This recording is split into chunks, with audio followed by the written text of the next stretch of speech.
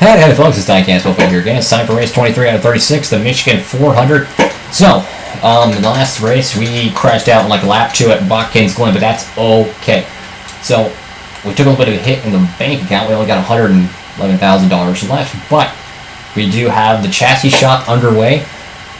So, that's good. The engine dyno shop is done, and the chassis shop will definitely help our 1.5 mile program, possibly by Homestead maybe, but I know for next year it's going to be a huge improvement. But we went ahead and ponied up the cash and paid $200,000 to be able to get ourselves our first super speedway engine. This one will be ready for Daytona. It's going to have a 73 power, 67 efficiency, and a 74 durability, so this thing might even be ready for Talladega too. If we can go out there and just not tear it up, it'll be ready for Talladega. So this will be our restrictor plate engine. This is going to be the fastest engine we'll have. It costs us a pretty penny, but it's worth it.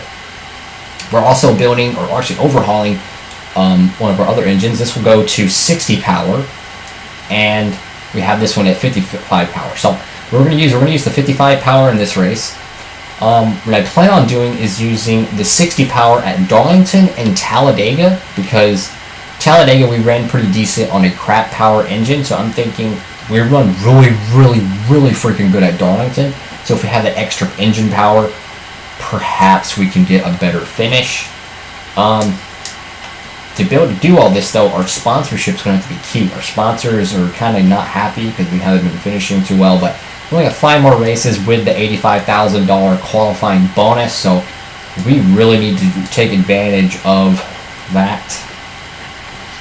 But that has been carrying us. Let's go look at the upcoming 5 racetracks. So our last 5 races with that bonus will be Michigan, Bristol, Darlington, Richmond, and so I know we can get it at Richmond, and I know we can get it at Michigan, I think. Bristol, no, probably. I think we can get it at Darlington too. Yeah, Darlington. And New Hampshire, I don't even remember where we qualified at New Hampshire earlier. I don't know. But let's check the standings. So Tony Stewart's still up front. Dale Jr. closes the gap within 100 points. So that's pretty cool. Jeff Gordon did win at Watkins Glen after we crashed out, but we're going to try to get the qualifying bonus. So we're going to bring the best engine we have and continue to build. So we are planning for 2004 while we're in 2003. Let's go to Michigan. Alright folks, so we qualified 25th here for the Michigan 400. My goodness, this car has been a handful trying to get the speed and qualifying. I just hope that we can not tear up the car. I expect a lot like happened at Pocono, where we start off really good and we finish really bad. I expect the same thing here in Michigan, but hey, at least we got the $85,000 bonus. Let's go to pre-race ceremonies. Welcome everyone to Michigan International Speedway for our coverage of the Michigan 400. Michigan is known for some great racing and some fantastic finishes. Barney, what are your thoughts on this track? Well, look for speeds approaching 200 miles an hour and cars running 3 and 4 wide. That's a recipe for some exciting stuff. In 1993, Bobby Labonte finished second to Jeff Gordon in the Rookie of the Year battle. You know, that's a pretty good rookie class. At first, Gordon's accomplishments overshadowed Bobby's, but Labonte had been a solid contender for the title in each of the last few years. The Nascar.com car hasn't made much of a move in the points so far. And, of course, nobody wants to be on the bottom of that points list. You'll have to work extra hard to pick up spots. Not an easy task to dig yourself out of a hole in this series.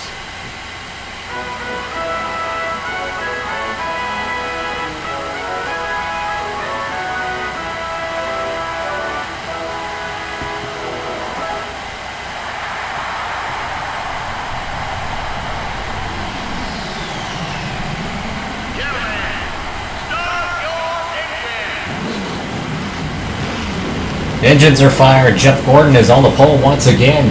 Back-to-back poles for the DuPont team.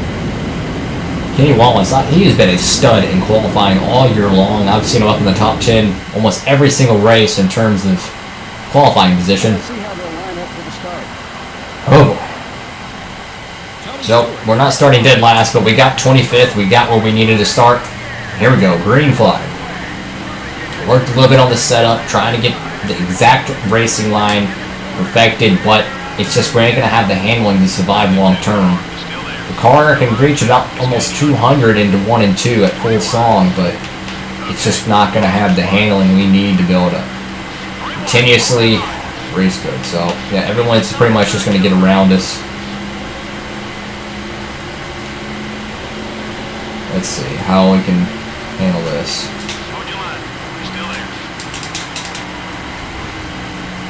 There we go. Already made contact with Casey Mears. It's just this, we can't ever do any good at these racetracks. I'm saying Texas we do good at, Atlanta we do good at, Darlington. Here we are on the outside at Michigan. We're going to have to pin McMurray down, and it's going to end badly for both of us. And sure enough, I'm in the wall once again, and we're going to be dead last. Might as well just hold the brakes, because that's all we can pretty much do. And made contact with Stanton Barrett. And at least we're ahead of Mike Skinner, and we're battling for 40th. Absolutely great. That's what trying in this game gets you. So once again, absolutely slow car, extremely slow. Oh, it's going to be a long race, and expect maybe some video cuts because this is going to be a doozy.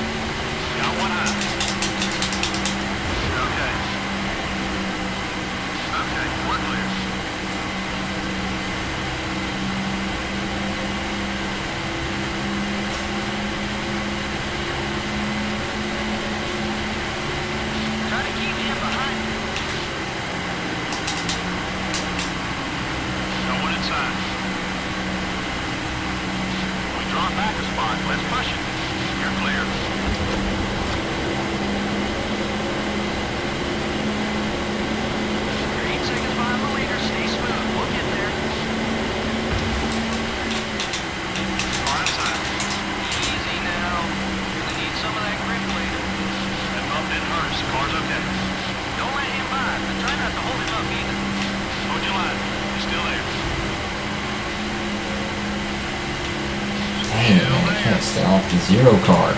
Number 32 is looking right. Dropping back. What's wrong? Still there. This engine power is just not helping us like we need it to. But there's still opportunity to get the finishing position we need. Because we need to be 40th and ahead of Mike Skinner. But as you can see, our handling is, well, very subpar. And we just can't compete. We just can't compete. Oh, look at that, the 60 car. Look at that, it's making us spin. Gotta love it.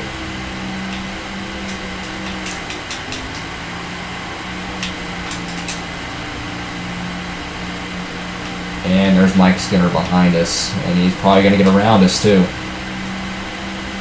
As we absolutely have a garbage race car. Let's see if we can run any better just single file, or away from anyone. Let's see if we can run any better.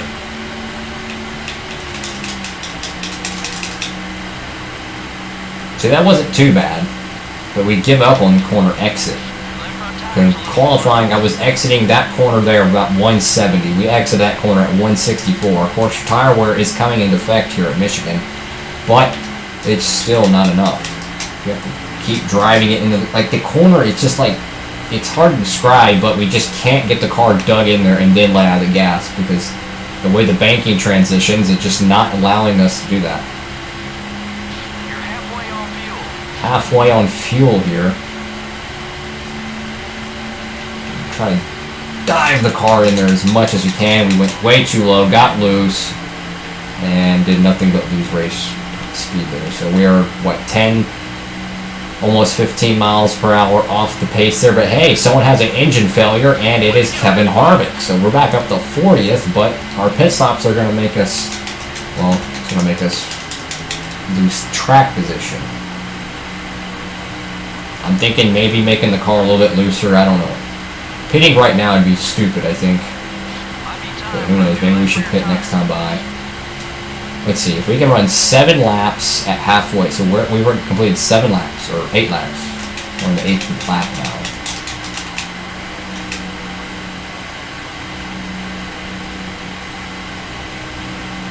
completed 7 laps on the 8th one now. That means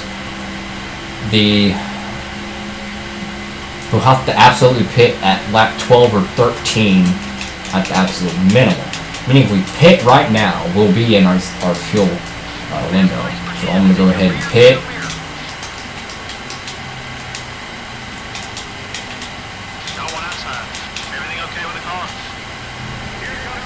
Repair damage, no. Make the car a little bit looser, yes. Full tank and 4 tires.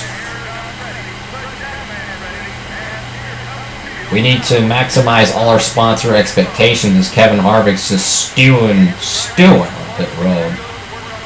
We need to maximize our sponsor expectations because our team salary has went up because we fired our old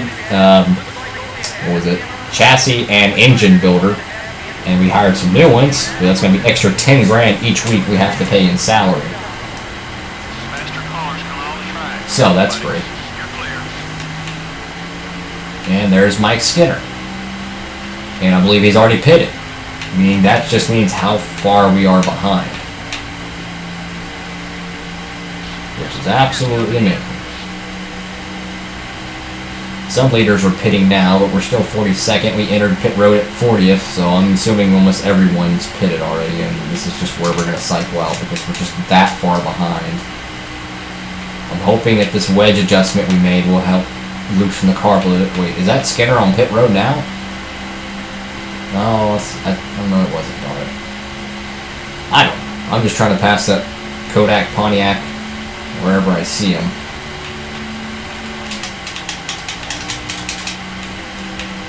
So if we can run the inside line, we'll be alright, but the car just washes up when it gets loose. I hope we can just get back up to 40th and get around the Kodak Pontiac, and then we'll be okay. We'll be able to maximize our sponsor expectations regardless of where we finish, because we're not finishing good. So we need to just focus on our sponsors. It's all we can do. I'm hoping that he hasn't pitted yet. Just looking and hoping I see a yellow car on pit road.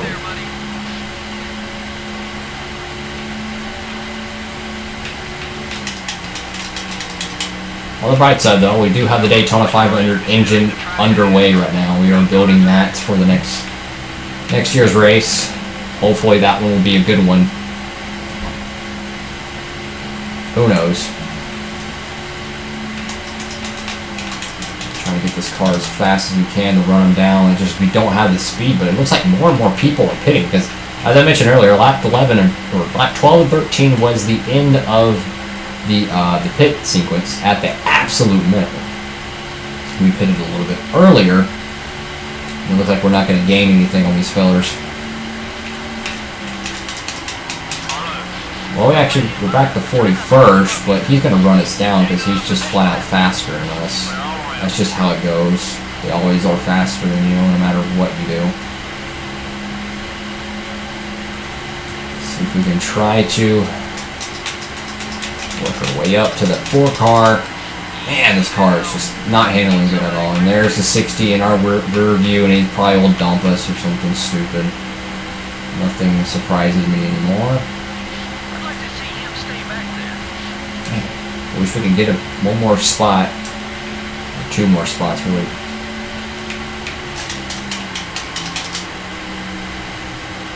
I just don't understand how they're just that good. I just don't understand it. I really don't. How they're just that good enough to be able to constantly run perfect times. If this 60 car hits me, I'm just going to dump him. I don't care. I really don't care. If he hits my car, I'm just going to dump him if I need a caution. I don't care. He's got to plow me right here. Well, see where he's at. He's at 60, okay. So he might not be suicidal yet. He might not try to push me into the wall yet. Let's see, 41st.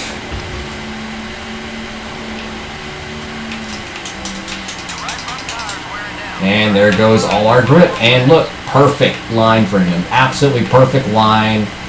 Perfect. He just pulls away. What gets me is how everyone's pitting, and we're still only at 41st. I don't understand it.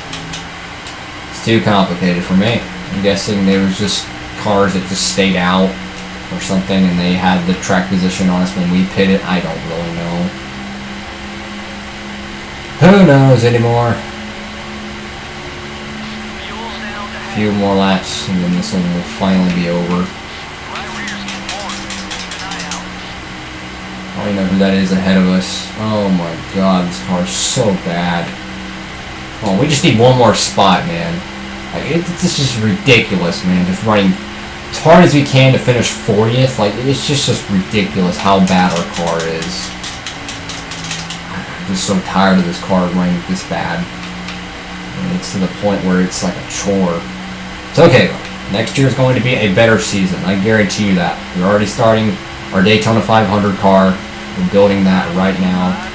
That car will be ready. We've invested a pretty penny in it, but that engine we can also run at Talladega and perhaps even the fall, or not fall, but the July Daytona race too. Because yeah, think about it. That's our super speedway engine. That race or that car engine or whatever is only going to be ran at restrictor plate tracks. There's enough distance between each restrictor plate track that we can repair it at the cheapest cost, which might be $30,000. Meaning that it'll be in good condition for each race. You don't have to worry about it. But speaking of which, there's a Mike Skinner. We're kind of gaining on him right now. And this is for 40th, I think.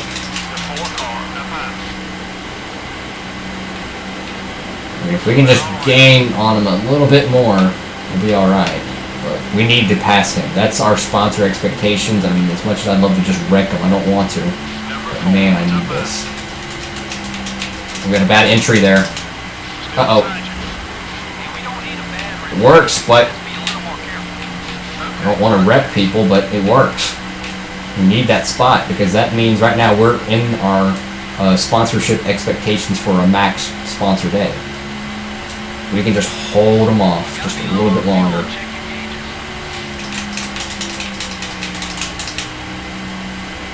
Just hold them off a little bit longer.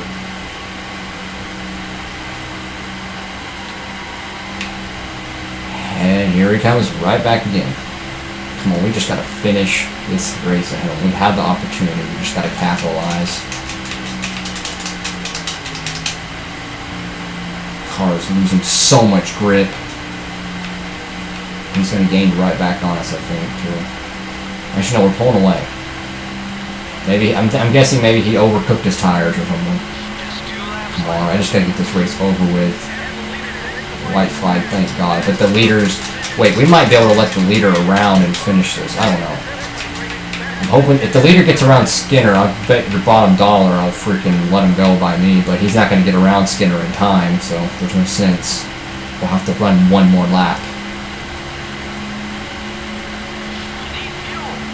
Very low fuel. Oh God, this could be bad. Dang it. We're gonna run out of gas. We are going to run out of gas, I think.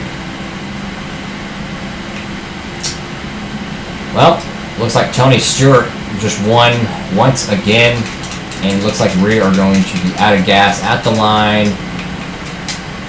Oh my God.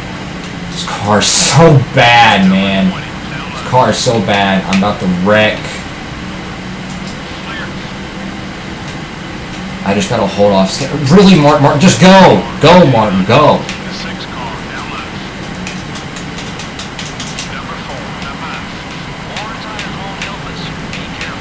I will block Skinner to the day I die.